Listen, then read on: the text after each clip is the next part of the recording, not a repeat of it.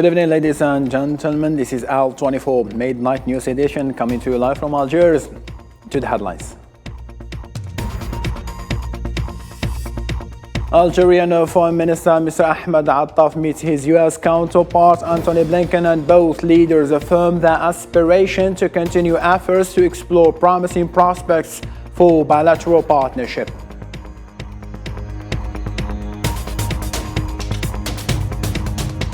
Military Council in Niamey accuses France of destabilizing Niger by flying over the country's airspace, and ECOWAS rules out military intervention on the eve of crucial summit in Abuja.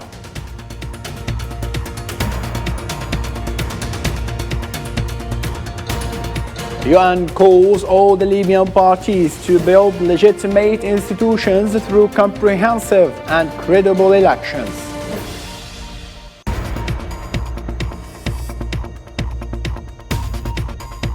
Amid a spike of people's efforts in making the dangerous sea crossing from North Africa to Europe, 41 people reportedly died in a migrant shipwreck near the Italian island of Lampedusa.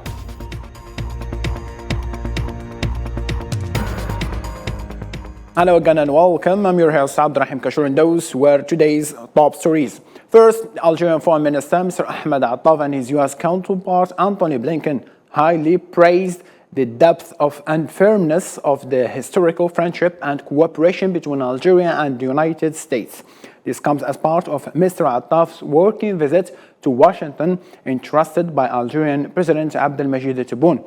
The heads of diplomacy of the two countries held the pact of interpolitical consultation and expansion of economic relations to new fields, as well as the promising prospects for achieving more based on the value of friendship, trust, and understanding. Algerian Foreign Minister Ahmed Attaf held talks with his U.S. counterpart Antony Blinken, in which they reviewed the reality and the prospects of Algerian-U.S. relations, as well as the regional and international issues of common concern.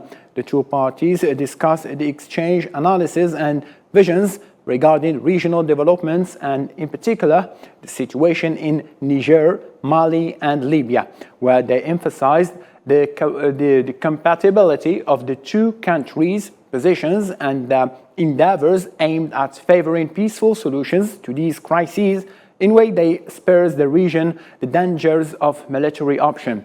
Attaf also discussed with his American counterpart Antony Blinken the developments of the Palestinian issue in light of the blockage of prospects for resuming the political process, and they dealt with the latest developments in the Western Sahara, renewing the support for efforts of the personal envoy for the Secretary General of the United Nations, Staffan de Mistura.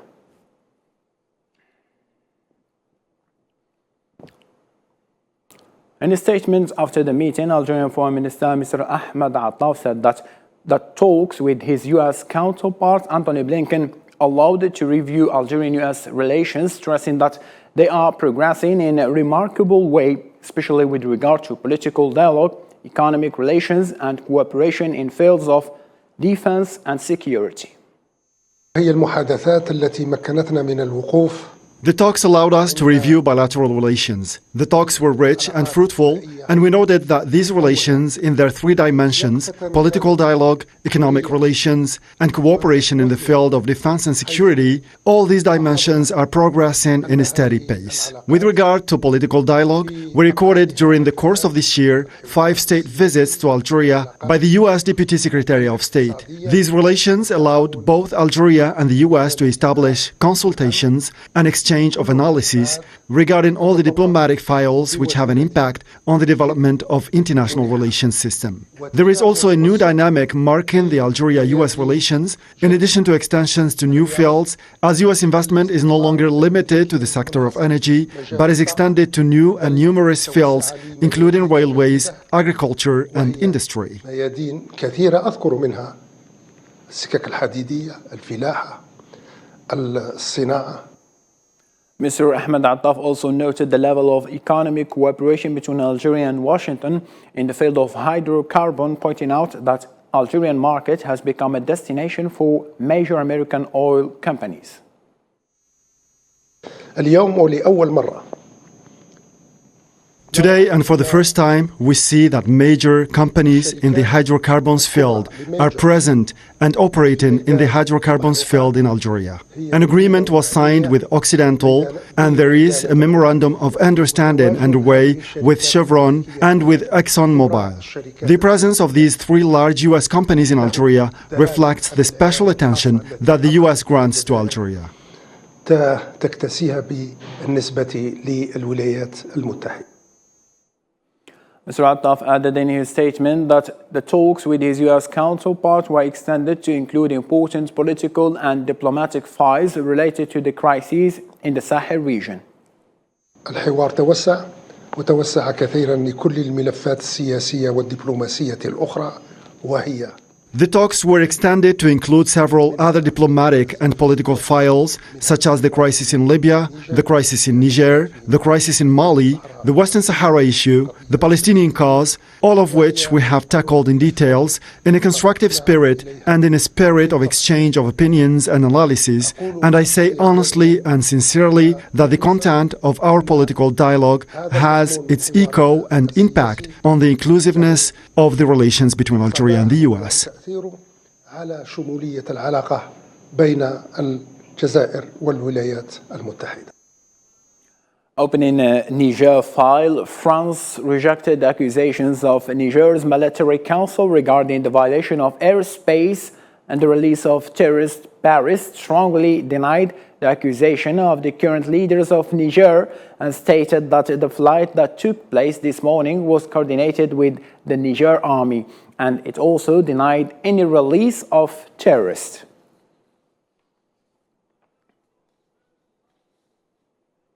Niger's military council accused France on Wednesday of violating its airspace as part of a broader plan to destabilize the country. In a statement broadcast on national television, the representative of the council, Amadou Abdourahman, confirmed that a French plane took off from the Chadian capital and attacked a position of National Guard in Niger to liberate what the council called terrorist allies of Paris. Ces derniers ont été regroupés dans une... En effet, ce jour, 9 août 2023, on the 9th of August 2023, at around 6:30, the Niger National Guard position at Buruku, 30 kilometers from the Samira gold mining site, came under attack. The number of casualties has not yet been established. However, as a reminder, through direct communication with Western partners, the behavior of the French forces was criticized for having unilaterally released captured terrorist prisoners. D'une façon unilatérale, libérer des éléments terroristes prisonniers. In the same line of thought following the French strike, the military council in Niger has ordered that threat measures and readiness levels be increased nationwide. These security disruptions planned by these French forces, as was the case in Mali and Burkina Faso, aim to discredit the CNSP and create a rupture with the people who support it in its actions, or to create a feeling of generalized insecurity in any case. The same line of thought, the Economic Community of West African States reaffirmed the commitment to using all necessary means to bring back the constitutional order in Niger. Prior to the planned extraordinary summit of its leader Thursday, the group said in a statement that it had not ruled out any options for resolving the problem in Niger and accused the military council in Niamey of obstructing the joint missions to the country. Clearly that diplomacy is the best way forward. In representing the consensus position of the ECOWAS heads of state, he has communicated clearly that he, along with his colleagues in the bloc, would prefer a resolution that was obtained through diplomatic means, through peaceful means, rather than any other. And that will be a position that is maintained going forward, pending any other resolution that may or may not result from the ECOWAS Extraordinary Summit holding on Thursday. Also, European Union countries have started laying the groundwork to slap the first sanctions on members of Niger's military council. The continental bloc started debating a list of arguments for implementing penalties, including undermining democracy in Niger. The agreement on the type of punishment quickly indicated, according to the same source, that the next step might be placing limitations on military council members.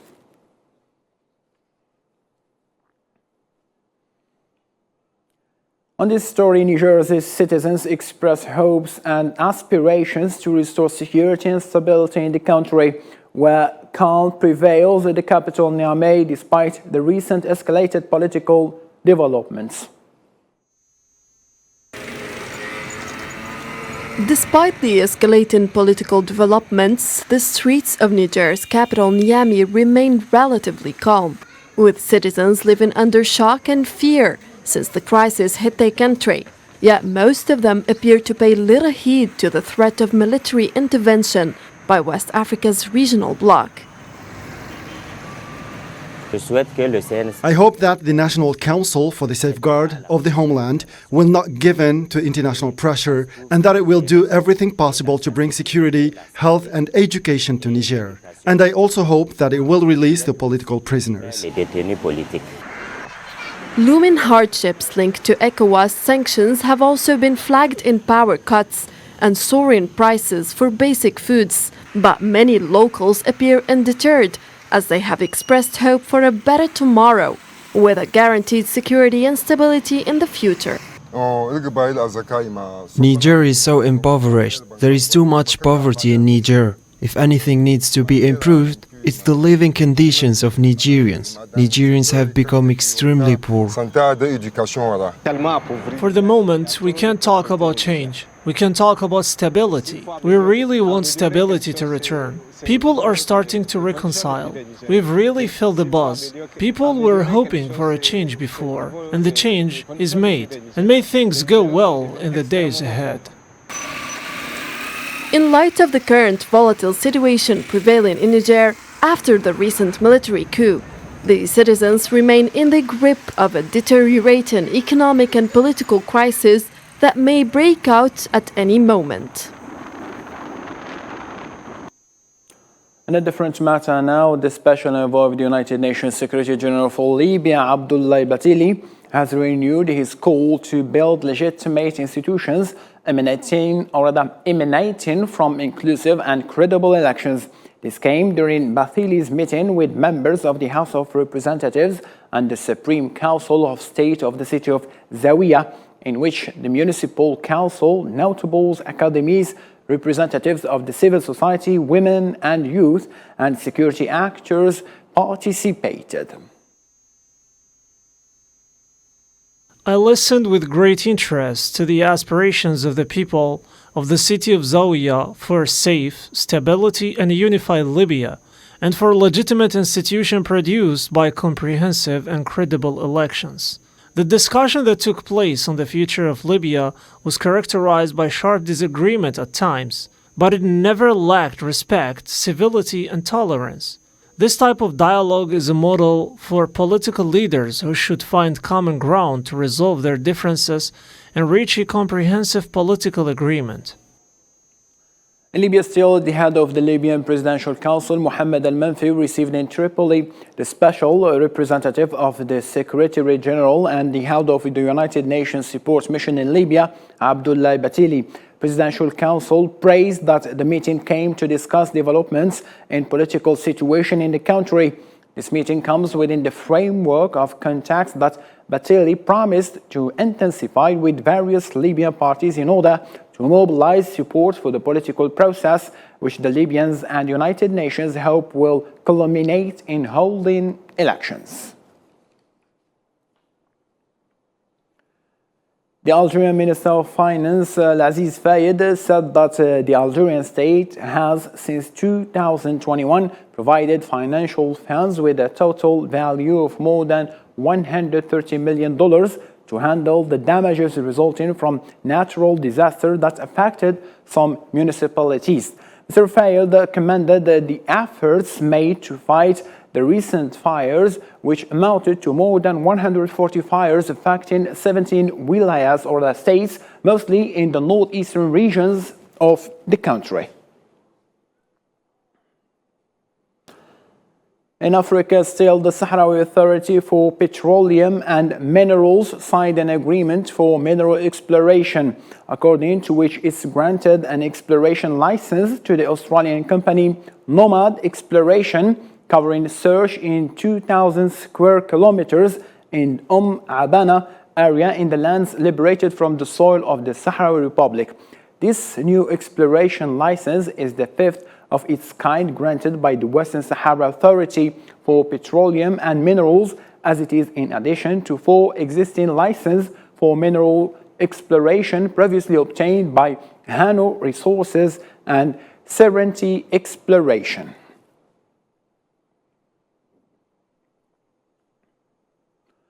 The Sudanese Ministry of Defense announced that 6 intelligence officers were killed during clashes between the army and paramilitary rapid support forces in the city of Omdurman, north of the capital, Al Khartoum.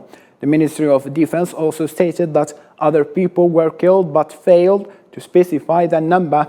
Both sides claimed on Tuesday that they had killed and wounded hundreds of soldiers on each side.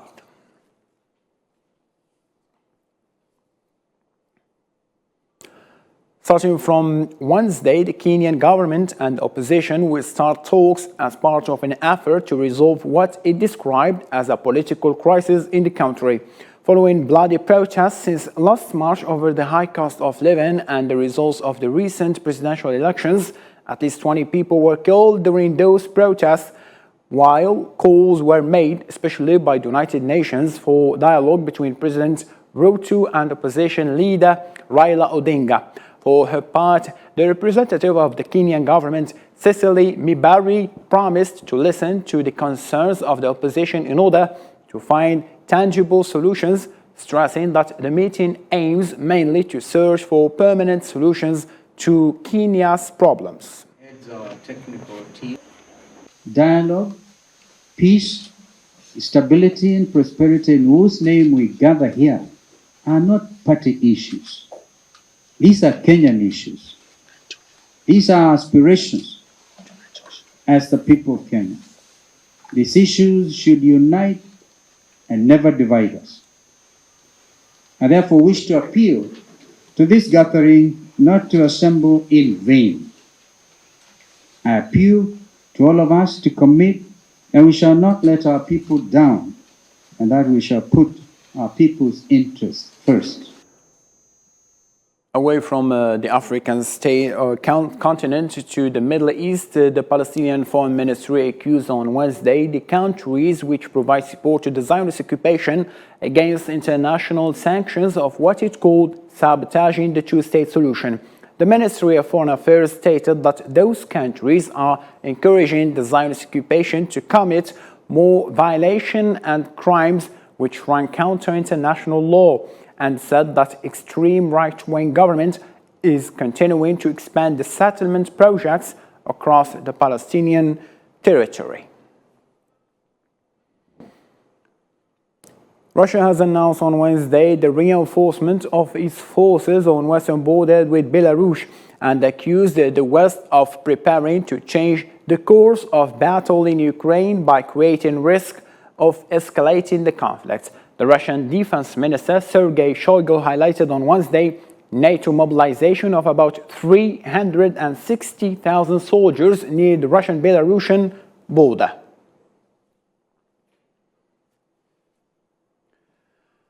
The Ukrainian forces have announced on Wednesday that an intensive raids and winged missile attack carried out by the Russian forces.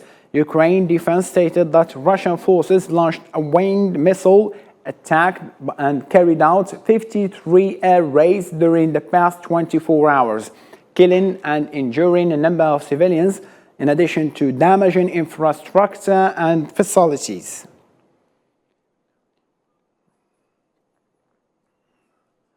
Russia has announced on Wednesday the reinforcement of its forces on the western border with Belarus and accused the West of preparing to change the course of the battle in Ukraine by creating risk of escalating the conflict. Russian Defense Minister Sergei Shoigu highlighted on Wednesday NATO mobilization of about 60,000 soldiers on the border. Shoigu also accused Poland of planning to occupy western Ukraine, warning of the repercussion of the West's expansion of what he called the proxy war by supplying NATO to Finland with offensive weapons capable of striking critical targets in Russia.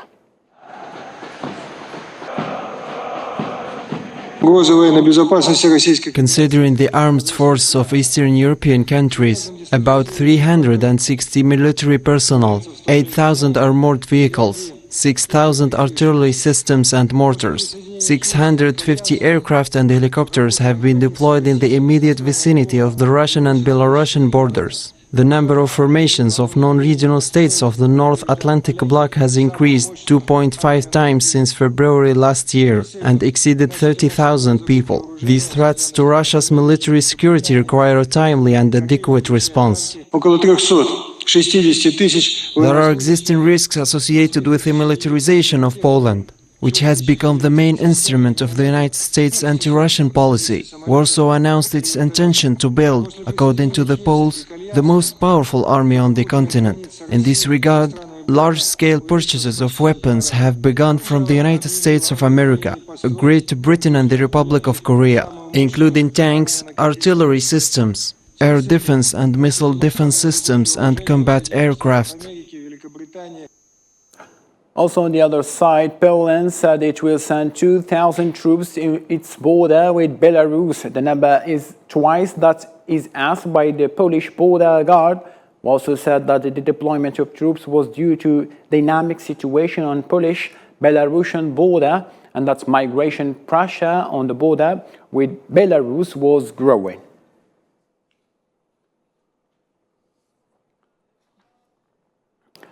A group of 4 survivors told Italian rescuers that 41 migrants have died in a shipwreck off the Italian island of Lampedusa.